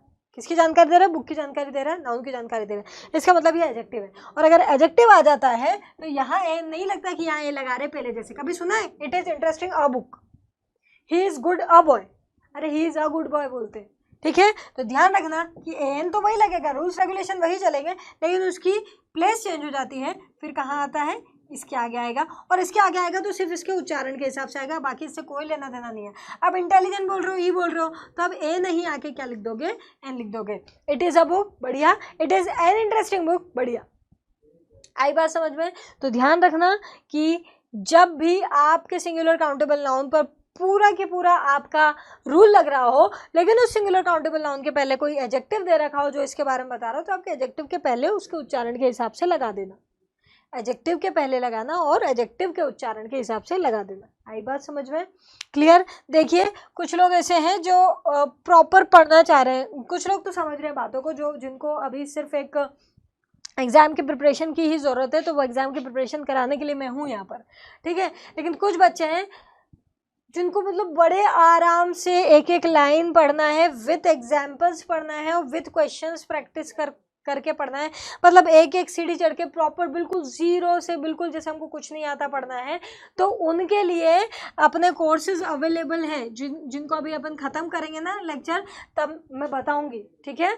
अपने कोर्सेज हैं करीबन 72+ लेक्चर्स हैं, 70+ लेक्चर्स हैं। उसमें बड़े आराम से मैंने एक एक चीज़ समझाई है, एक एक पॉइंट समझाया है। जब तक समझ नहीं आया मैंने बहुत अच्छे से वहाँ पर क्लियर किया हुआ है। तो थियोरेटिकल पार्ट अगर प्रॉपरली पढ़ना है तो बहुत, ये तो कम से कम मैं आपको बता रही हूँ, ये उसका 25% भी स्पीड नहीं चल रही है। मतलब बड़े आराम से समझाया है उसको और बहुत सारी चीज़ें बताई है उसमें। आप चाहें तो उसमें वो कोर्स परचेस करके आप पढ़ सकते हैं। और आपका कोर्स अवेलेबल है, ऑफलाइन कोर्स है वो। उन बच्चों के लिए बोल रही हूँ जिनको इतनी स्पीड नहीं चाहिए, क्योंकि ये स्पीड यहाँ डालनी पड़ेगी मुझे, क्योंकि मैं यहाँ पर यह थ्योरी नहीं बताने आई हूँ। जेएल प्रेरी की एग्ज़ाम है, वो उसकी प्रैक्टिस कराने आई हूँ पेपर के लिए, ठीक है। तो मैं सिर्फ उतना कर सकती हूँ कि आपको थोड़ा बहुत नहीं आता हो, मैं यहाँ पर बता रही हूँ आपको, ठीक है। थोड़ा बहुत क्या मैक्सिमम चीज़ें यहाँ बता दूंगी, बस स्पीड रहेगी, क्योंकि हम ये पढ़ने नहीं आए हैं, हम ये पढ़ने आए हैं। मेरी बात समझ रहे हैं? तो जिनको ज़्यादा प्रॉब्लम है वो आप अपना कोर्स परचेज कर सकते हैं। कोर्स की जानकारी मैं अभी लास्ट में दे देती हूँ आपको, ठीक है। आपको बिल्कुल अच्छे से समझ में आ जाएगा कैसे क्या करना है, और बता दूंगी लास्ट में, ठीक है। तो चलिए आगे मेरी बात समझ में, बैक लेते हैं। अभी यहाँ पर क्वेश्चन देखते हैं। क्वेश्चन देखो क्या बोल रहा है। मिस्टर स्मिथ एक सम्मानीय व्यक्ति है। आया वही एक्सेंट, ये है। 5 रूल में से कोई एक मैच हुआ ये है, वो है। आया मिस्टर स्मिथ एक सम्मानित व्यक्ति है, मतलब मुझे ये समझ में आ रहा है कि एन हो सकते हैं, लेकिन उनको डिसाइड करने के पहले मैं ये चेक कर लूँ कि जो भी संज्ञा है जिसके बारे में बात हो रही है, जो भी संज्ञा कौन है, ऑनरेबल यानी सम्माननीय। सम्माननीय किसी का नाम होता है क्या? नाम है क्या? मतलब वो संज्ञा नहीं है, संज्ञा ये है, ये व्यक्ति संज्ञा है, ठीक है। तो पर्सन आपका नाउन है, इसको चेक करो। संज्ञा है, हाँ संज्ञा है भैया। काउंटेबल है, व्यक्तियों को गिन सकते हो, गिन सकते हैं। और सिंगुलर है, हाँ सिंगुलर लिखा हुआ है, फुल स्टॉप, देखो सिंगुलर है, तो एन तो लगेगा। तो आपने डिसीजन ले लिया कि ये दोनों तो नहीं आ रहे, क्योंकि मैम ने बताया था ये है, वो है। इंट्रोडक्शन आए और सिंगुलर काउंटेबल नाउन आए तब एन ही लगना है। अब आपके दिमाग में आता है वो तो सब ठीक है, लेकिन इन्होंने फिल इन द ब्लैंक्स तो गलत जगह लगा दिया, यहाँ लगना चाहिए फिल इन द ब्लैंक्स। अरे भैया वहाँ इसलिए लगाया क्योंकि यहाँ पर हो सकता है कि एक एडजेक्टिव हो। ऑनरेबल यानी क्या? सम्माननीय। पूछो अपने आप से कौन है सम्माननीय इसमें? ये व्यक्ति। कौन है सम्माननीय इसमें? ये व्यक्ति। मतलब ये शब्द इसके बारे में बता रहा है, और ये शब्द इसके बारे में बता रहा है। मतलब जो शब्द संज्ञा के बारे में कुछ भी बताया वो एडजेक्टिव होता है, विशेषण होता है। और अगर विशेषण आ जाता है तो आपका आर्टिकल विशेषण के आगे लगता है, बस उसका उच्चारण लेते हुए, बाकी उसका कोई लेना देना नहीं है इस विशेषण से, उसका लेना देना इससे ही है। तो इसके आगे लगा दो, और उच्चारण क्या है? ऑनरेबल। ऑनरेबल यानी सम्माननीय। ऑनरेबल बोलते हैं, हॉनरेबल नहीं बोलते। ओ आएगा, ओ। आई बात मेरी समझ में? ओ आएगा। इसका मतलब ये क्या है? अगर अपन हिंदी में देखें तो स्वर है, इंग्लिश में ओ ऐसा बनता है, मतलब पहले में ए आ रहा है, देखो ओ। तो किधर से भी देख लें आपका आंसर ए एन आ जाता है, एक गलत हो जाता है उच्चारण के हिसाब से। समझ में आ गई बात? बढ़े आगे बढ़ते हैं। नेक्स्ट क्वेश्चन देखिए, यहाँ पर आपको फिल इन द ब्लैंक भरना है। अगेन यस्टरडे मतलब बीता हुआ कल। I met dash European at the station. एक यूरोपियन है, यूरोप का व्यक्ति है, ठीक है। तो बोल रहा है कि मैं स्टेशन पर एक यूरोपियन से मिला। अब आपको इसके आगे आर्टिकल भरना है। सबसे पहले ये चेक करो कि सिंगुलर काउंटेबल नाउन है कि नहीं। एन की संभावना हो सकती है। नाउन है, संज्ञा यूरोपियन, नागरिकता सूचक शब्द है, एक व्यक्ति है, उस नागरिकता का नाम है, नाउन है, यूरोपियन।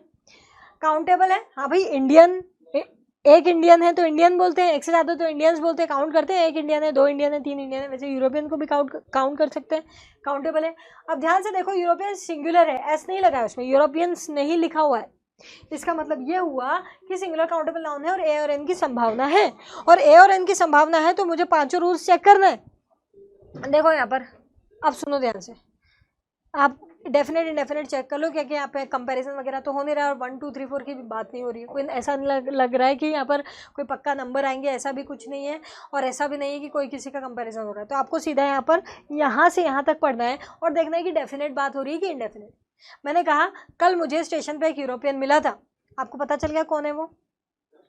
मैंने बोला कि कल मुझे स्टेशन पर एक यूरोपियन मिला था, पता चल गया कौन यूरोपियन? नहीं पता कौन यूरोपियन, ठीक है। तो इसका मतलब ये इंडेफिनेट है। मैंने ये थोड़ी बोला वो जो वहां पर मिला था, ये जो यहाँ पर मिला था। मेरा कहने का मतलब बस इतना सा है कि आपको यहाँ से यहाँ तक पढ़ना है और देखना है कि जिसके भी आगे आपको ए एन लगाना है, ए लगाने का अच्छा लग रहा है ना, तो वो डेफिनेट है कि इंडेफिनेट है, क्या बनता है। देखो ऐसा लग रहा है कि कोई किसी के बारे में पहली बार बता रहा है, ऐसा लग रहा है कि कोई किसी के बारे में पहले बार बता रहा है कि मैं वहाँ गया था, वहाँ पे मुझे एक लड़का मिला था, ऐसा, ठीक है। तो इसका मतलब ये है कि यहाँ पर ए एन आएगा, उसमें से भी क्या आएगा? ए। पहले तो ये दोनों तो गलत ही हो जाते हैं और ये गलत हो जाता है। अब सबसे पहले सोचोगे कि मैम ये क्यों गलत हुआ। एक बात बताओ, आप यूरोपियन बोल रहे हो क्या आप यूरोपियन बोल रहे हो? क्या बोल रहे हो? ये बोल रहे हो, क्या निकल रहा है मुंह से? यह मतलब वाई, यह मतलब वाई।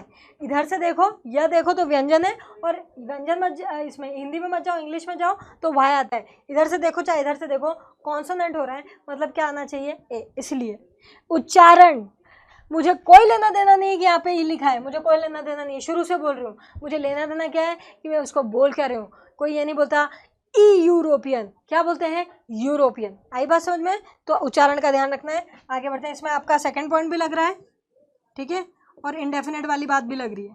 सेकंड पॉइंट उच्चारण वाला, हाँ, और आपकी इंडेफिनेट वाली बात भी लग रही है, और आपका वो बेसिक रूल भी लग रहा है जो थर्ड वाले पॉइंट पर बताया था। आई बात समझ में? थर्ड पॉइंट भी लग रहा है, 2-3 चीज़ें लग रही है, ध्यान देख लो। बेसिक रूल से आपने सिंगुलर काउंटेबल नाउन चेक करा, ठीक है, आप फिर इंडेफिनेट वाली बात से आपने वो चेक करा जो मैंने आपको चेक करना सिखाया था कि यहाँ से यहाँ तक पढ़ना और देखना कि कोई हिंट दे रहा है क्या, कोई निश्चितता आ रही है क्या, ऐसा लग रहा है क्या कि कोई फर्स्ट टाइम है। जो आपके फोर्थ पॉइंट पे बताया था वो भी लग रहा है, और साथ ही में आपका सेकंड पॉइंट भी लग रहा है उच्चारण वाला। तीनों चीज़ें लग रही है, ठीक है, चेक करिएगा लेक्चर बैक करके। आगे बढ़ते हैं। नेक्स्ट है dash school that Gopal goes two is old. क्या बोल रहा है, इसका हिंदी निकालें जरा। वो स्कूल जो जिसमें गोपाल जाता है, जिसमें गोपाल जाता है वो बहुत ही पुराना है। ओल्ड मीन्स पुराना। वो स्कूल दैट यानी यहाँ पर क्या, जो जिसमें गोपाल जाता है वो बहुत ही पुराना है। भैया जो आ गया पहली बात तो, अब वही वाला स्कूल जिसमें गोपाल जाता है, और कोई दूसरा स्कूल नहीं। कोई XYZ स्कूल की बात नहीं कर रही हूँ कि कोई भी स्कूल की बात कर रही हूँ, जनरल बात नहीं कर रही हूँ मैं, सिर्फ और सिर्फ उसी स्कूल की बात कर रही हूँ जिसमें गोपाल जाता है। इसका मतलब बात तो निश्चित है। अब भले ही वो सिंगुलर हो या प्लूरल हो या अनकाउंटेबल हो, काउंटेबल हो, कुछ भी हो, डेफिनेट बात उसने बोल दी। मैंने आपसे कहा था जो जिसने जिसका जितना जो जो आता आ जाता है तो कौन आता है, फिर सीधा आता है, उसके अलावा आपको और कुछ चेक करने की ज़रूरत ही नहीं, उसने खुद ही हिंट दे मारी इतनी बड़ी। आई बात समझ में? तो यहाँ पर वो वाला पॉइंट आपका लग जा रहा है जहाँ पर मैंने आपको समझाया था कि जो जिसने जिसका जितना आता है, जहाँ पर निश्चितता आती है वहाँ पर द आता है। आगे देखिए, आगे बढ़े। I am dash English teacher, मैं एक इंग्लिश टीचर हूँ। इंट्रोडक्शन हो गया है, तो ये है, वो है, मैं ये हूँ। इंट्रोडक्शन मतलब एन। अब एन डायरेक्ट ही नहीं लगा देना है ना, चेक करो सिंगुलर काउंटेबल नाउन है क्या। हाँ भाई सिंगुलर काउंटेबल नाउन है, देखो ये है आपका नाउन। इंग्लिश तो इसका एडजेक्टिव है, टीचर नाउन। अब टीचर तो कोई सा भी हो सकता है, इतने सब्जेक्ट है दुनिया में। इंग्लिश टीचर, तो ये इंग्लिश इसके बारे में बता रहा है, आपको जानकारी दे रहा है कि कौन टीचर, तो ये एडजेक्टिव हुआ इसके लिए। और ऐसे देखा जाए तो इंग्लिश लैंग्वेज का नाम भी होता है, नाउन है। इंग्लिश सब्जेक्ट का नाम भी होता है, नाउन है। लेकिन फिलहाल ये जो संज्ञा है ये कहाँ पर बैठी हुई है, एडजेक्टिव की जगह पर। ये किसी और संज्ञा के बारे में बता रही है, तो जो भी शब्द किसी और संज्ञा के बारे में बताया वो खुद एडजेक्टिव ही माना जाता है, चाहे उसकी शक्ल नाउन के जैसी हो, चाहे उसकी शक्ल वर्ब के जैसी हो, चाहे उसकी शक्ल कैसी भी हो। वो क्या बता रहा होता है, अगर वो नाउन के बारे में बता रहा होता है तो वो क्या माना जाता है, एडजेक्टिव। तो उस पर नहीं जाना, फिलहाल मैं अपनी बात कर रही हूँ। टीचर तो नाउन है टीचर, हाँ। काउंटेबल है, टीचर्स को गिन सकते हो, हाँ। सिंगुलर है, हाँ सिंगुलर है, एच भी नहीं लगा। लेकिन फिलहाल क्या हुआ है, यहाँ पर एक एडजेक्टिव का यूज हुआ है जो उस टीचर के बारे में बता रहा है कि वो इंग्लिश का टीचर है, ठीक है। तो इसका मतलब ये हुआ कि तुमको यहाँ पर नहीं, यहाँ पर यूज करना है जो उन्होंने ब्लैंक दे ही रखा है।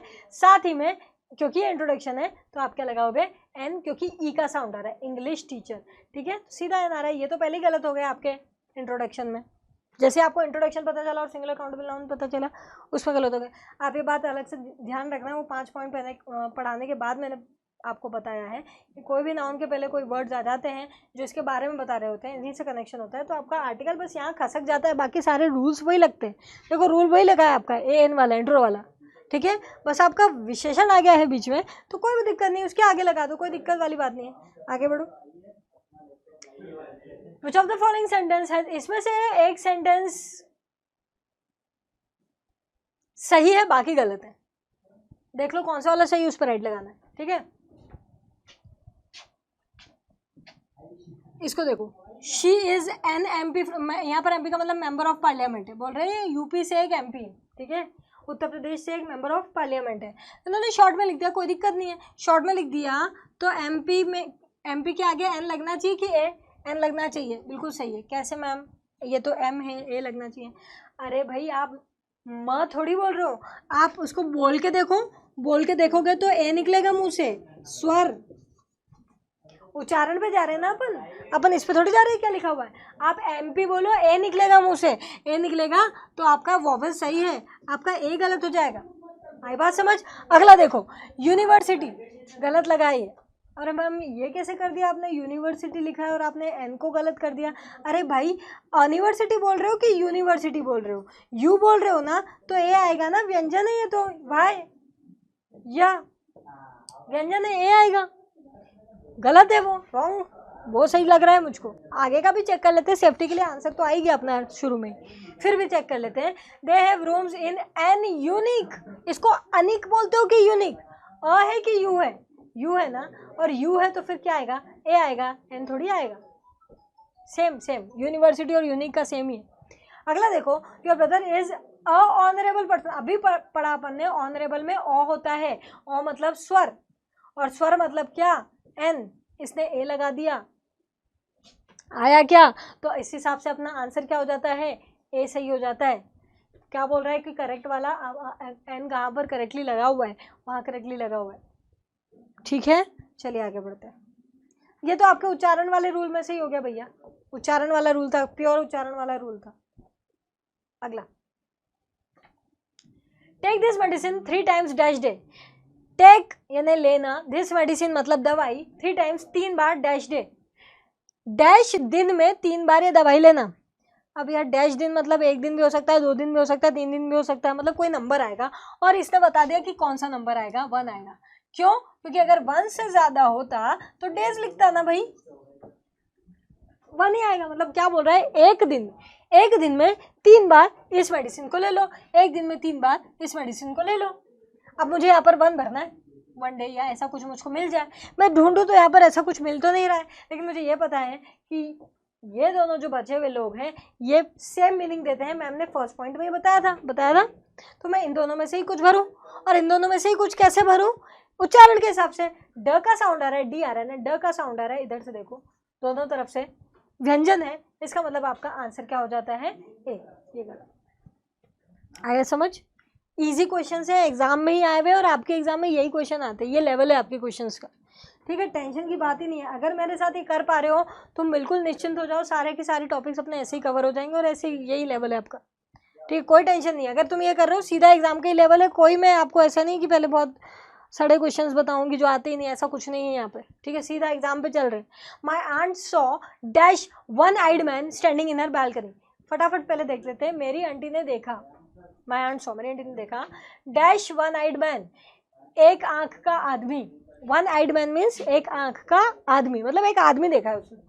ठीक है, आंटी ने क्या देखा है, एक आदमी देखा है। ये आपका सिंगुलर काउंटेबल नाउन मिल गया। अब आदमी कैसे भी होते हैं अलग अलग प्रकार के, लेकिन यहाँ पर ये वाला जो शब्द है 1 eyed, ये इस आदमी के बारे में आपको बता रहा है, इस आदमी की पिक्चर क्लियर कर रहा है। ये जो शब्द है, ये शब्द ये इस आदमी के बारे में बता रहा है, मतलब ये एडजेक्टिव हुआ है ना। जो शब्द संज्ञा के बारे में आपको कुछ भी बताए, उसकी पिक्चर और क्लियर करें, वो एडजेक्टिव। तो कोई दिक्कत नहीं, एडजेक्टिव आ गया तो अपना आर्टिकल जो यहाँ लगना चाहिए था वो यहाँ चला गया, और कुछ नहीं। ठीक है, स्टैंडिंग इन हर बालकनी, उसकी बालकनी में कोई एक आंख के आदमी को खड़ा हुआ देखा।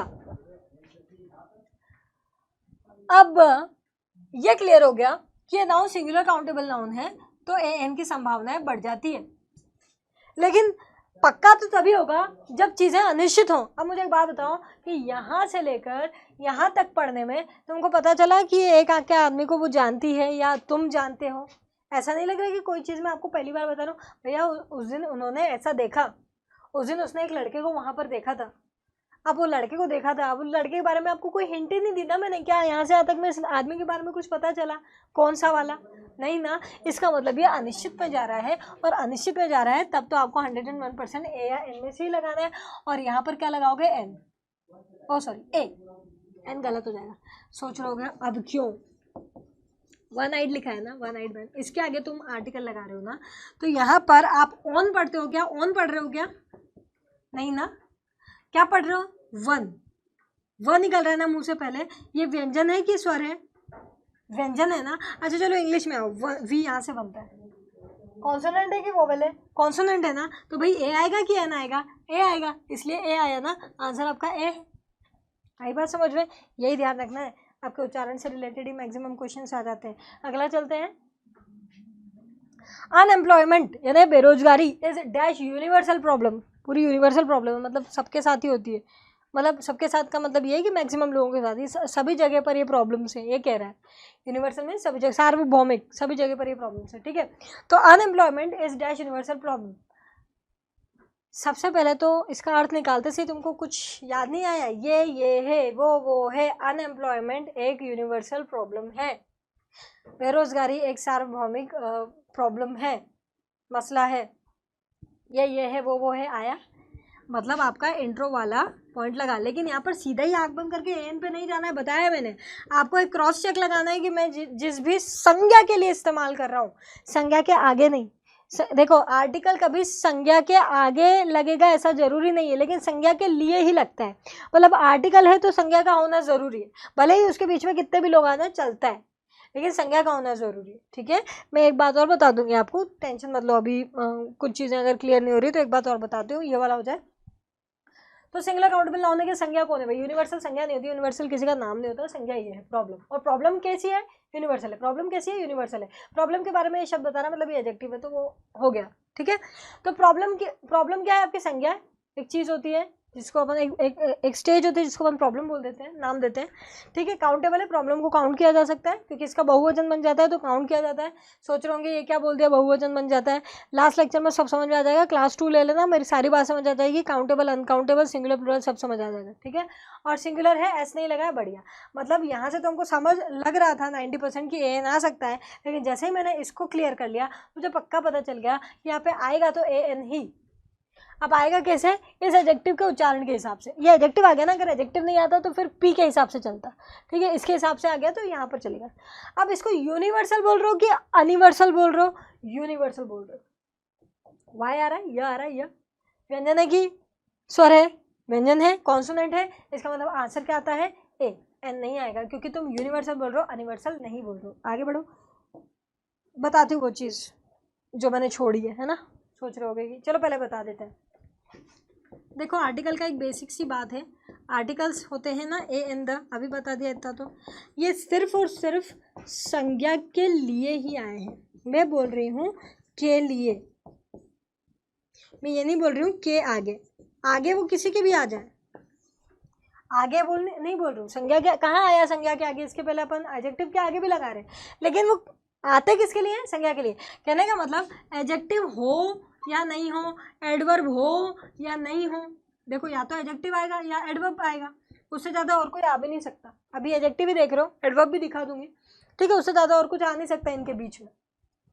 तो या तो आएगा या नहीं आएगा, कोई फर्क नहीं पड़ता। आप बॉय लिखोगे तो भी ए आ रहा है, इंटेलिजेंट बॉय लिख दोगे तो ये खसक के इधर आ जाएगा और ई की वजह से एन हो जाएगा, पर आएगा तो ए एन ही, ठीक है।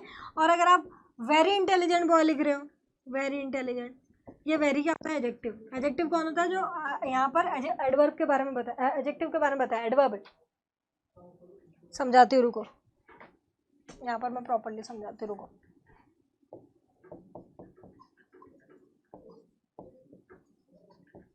हाँ, तो मैं ये बता रही थी कि चाहे लड़का लिखा हो तो भी ए आ रहा है, नाउन है, सिंगुलर काउंटेबल।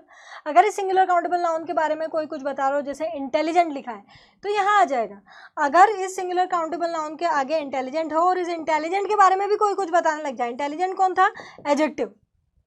एडजेक्टिव के बारे में कोई कुछ बताता है तो वो क्रिया विशेषण कहलाता है। हालांकि क्रिया विशेषण की बहुत सारी चीज़ें क्वालिटीज़ होती है, वो विशेषण के बारे में भी बता सकता है, वो क्रिया के बारे में भी बता सकता है, वो खुद अपने बारे में भी बता सकता है। ये सब बातें मैं आपको क्रिया विशेषण में समझाऊँ क्योंकि वो इतना इंपॉर्टेंट टॉपिक नहीं है जितना अभी चल रहा है, इसलिए मैंने उसको पहले उठाया भी नहीं था। कुछ नहीं, उसके मेरे को आपको कुछ चीज़ें समझानी जिससे आप उसको पहचानना सीख पाओ, तो ऐसी ही कुछ चीज़ों में वो काम आ जाएगा। बाकी ऐसी कोई बहुत टेंशन वाली बात नहीं है, वो मैं सब समझा दूंगी। अभी आप यहाँ पर तो इतना समझ लीजिए कि जो शब्द क्रिया के बारे में, मतलब काम के बारे में, बाकी के अंदर अगर काम हो रहा है, कैसे हो रहा है, क्यों हो रहा है, कहाँ हो रहा है, कुछ भी बता रहा हो, उसकी इन्फॉर्मेशन दे रहा हो, वो एडवर्ब होता है। या फिर बाकी के अंदर अगर एडजेक्टिव है, विशेषण, उसके बारे में बता रहा हूँ, जैसे अभी अपन क्या लिख रहे थे? इंटेलिजेंट। अपने आप से पूछो इंटेलिजेंट कौन है? ये लड़का। इसका मतलब ये नाउन है और इस नाउन के बारे में बता रहा है, मतलब ये कौन हुआ? एडजेक्टिव, विशेषण। अब अगर मैं इसके आगे वेरी लिख दूँ, वेरी यानी क्या है? बहुत। अब पूछो बहुत कौन है? बहुत लड़का है, नहीं नहीं नहीं, बहुत लड़का थोड़ी है, मतलब ये नाउन के बारे में नहीं बता रहा। फिर वो जो बहुत इंटेलिजेंट है, इंटेलिजेंट की क्वांटिटी बता रहा है ना, बहुत कम ज़्यादा, ठीक है। तो इसका मतलब ये क्या है, एडजेक्टिव के बारे में बता रहा है। जो शब्द एडजेक्टिव के बारे में बताएगा वो एडवर्ब होता है। तो अगर एडवर्ब आ जाए तो और इसके आगे खसक के लग जाएगा, ए लग जाएगा व के साउंड से। मेरी बात समझ रहे हो? तो क्या होता है कि आर्टिकल जो है वो सिर्फ और सिर्फ आपकी संज्ञा के लिए ही आया है। संज्ञा मतलब संज्ञा का होना जरूरी है। इधर देखो, यहाँ भी है, यहाँ भी है, यहाँ भी है, ठीक है। पर संज्ञा के ही आगे लगेगा ऐसी बात नहीं है, वो लग किसी के भी आगे लग सकता है। अगर उसके बारे में बताते हुए कोई शब्द आ जाए, जैसे यहाँ इंटेलिजेंट आ गया तो इसके आगे लग गया, या इंटेलिजेंट के आगे भी, इंटेलिजेंट के बारे में भी एक क्रिया विशेषण बता रहा है, एडवर्ब बता रहा है, तो वेरी पे आ गया, ठीक है, इसके आगे लग जाएगा ए। लेकिन लगेगा तो इसी के लिए, लगेगा तो इसी के लिए, लगेगा तो इसी के लिए। तो ध्यान रखना, यही बात रहेगी हमेशा। देखो शॉर्ट में मैं बस इतना बता दे रही हूँ कि आर्टिकल्स इस दुनिया में सिर्फ और सिर्फ संज्ञा के लिए हैं और किसी के लिए नहीं। संज्ञा का होना आवश्यक है। आई बात समझ? चलो इसको आते थे, ये सब इसके बारे में नहीं समझा रही थी, कुछ चीज़ें बीच में बताना ज़रूरी होती है, बता दी। अब बेस क्लियर हो गया। इसको भी और बहुत आराम से वास्ट में पढ़ना है कि मतलब सभी चीज़ें क्लियर करना है, एक क्रिस्टल क्लियर रखना है सारी चीज़ें। तो वो सब कोर्सेज में अवेलेबल है, क्योंकि उसमें बहुत टाइम लगता है समझाने में, सिखाने में, आपको ज़ीरो से ये मान के पढ़ाने में कि आपको कुछ नहीं आता, वो मान के पढ़ाने में। तो वहाँ पर आपको इतने अच्छे से समझाया गया कि लाइफ में कभी नहीं भूलोगे। एक एक लाइन लिख के करीबन 5-5, 6-6 एग्जाम्पल्स दे के आपको समझाया गया, ठीक है। जिनको बहुत ही दिक्कत हो रही है उनके लिए बोल रही हूँ, बाकी जिनको आता है थोड़ा बहुत भी वो यहीं से सब कर लोगे, ठीक है। देखो, he can be considered dash honest person, right, इसको ऑनेस्ट पर्सन माना जा सकता है, इसको ईमानदार व्यक्ति माना जा सकता है। अब सबसे पहले इसको देखो, सिंगुलर काउंटेबल नाउन है, हाँ है, और ये इसके बारे में बता रहा है, मतलब ये एडजेक्टिव है, हालांकि इसका कोई लेना देना नहीं है। बस इतना समझ में आता है कि हाँ चलो ये आ गया तो यहाँ लगेगा, ये नहीं होता तो यहाँ लगता, ठीक है, बाकी इसका कोई लेना देना नहीं है। तो क्या बोल रहा है कि इसको एक ईमानदार व्यक्ति माना जा सकता है, ईमानदार व्यक्ति माना जा सकता है। कोई डेफिनेट इनडेफिनेट क्या लग रहा है आपको? कोई निश्चित बात है कि यही है वो ईमानदार व्यक्ति, यही है, ऐसा कुछ आया? कुछ ऐसी हिंट आई जो डेफिनेट बता रहा हो, निश्चित बता रहा हो? कोई हिंट ही नहीं है। जब उसने यहाँ से यहाँ तक पढ़ने में कोई हिंट ही दी, उसने एक इंट्रोडक्शन जैसा दिया है कि अच्छा ये लड़का, इसको अपन सोच सकते हैं कि ये ईमानदार, मतलब मान सकते हैं, सोच सकते हैं कि ये गलती नहीं करेगा। ये अपन अपने एजम्पशंस लगा रहे हैं, अपने को पता नहीं है। कंसिडर, तो उसने एक हिंट ही दे दी इतनी बड़ी कि अनिश्चित बात है, मान सकते हैं। मानना मतलब क्या?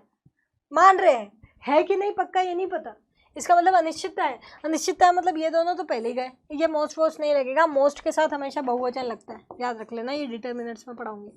मोस्ट यानी बहुत होता है और मोस्ट के साथ बहुवचन लगता है, बहुवचन नहीं है, ये तो सिंगुलर है, ठीक है। तो वो तो वैसे ही गया, द भी गया, कोई डेफिनेट नहीं है। अब ए और एन बचते हैं, यहाँ देख लो इसका उच्चारण। अब उच्चारण के ही काम आते हैं एडजेक्टिव और एडवर्ब, अगर लग जाते हैं तो उच्चारण चेक कर लो। ऑनेस्ट बोलते हो ओ ऐसा आता है, इसका मतलब वर्ब है, सॉरी वर्ब नहीं, स्वर है, वोवेल है, ठीक है। बढ़े आगे, लास्ट क्वेश्चन देख लेते हैं। I will be back in dash are, ये अभी करके बताया था मैंने, सेम टू सेम। क्या बोल रहा है? आई विल बी बैक मतलब मैं लौट आऊंगा, इन डैश आर, इतने घंटे में।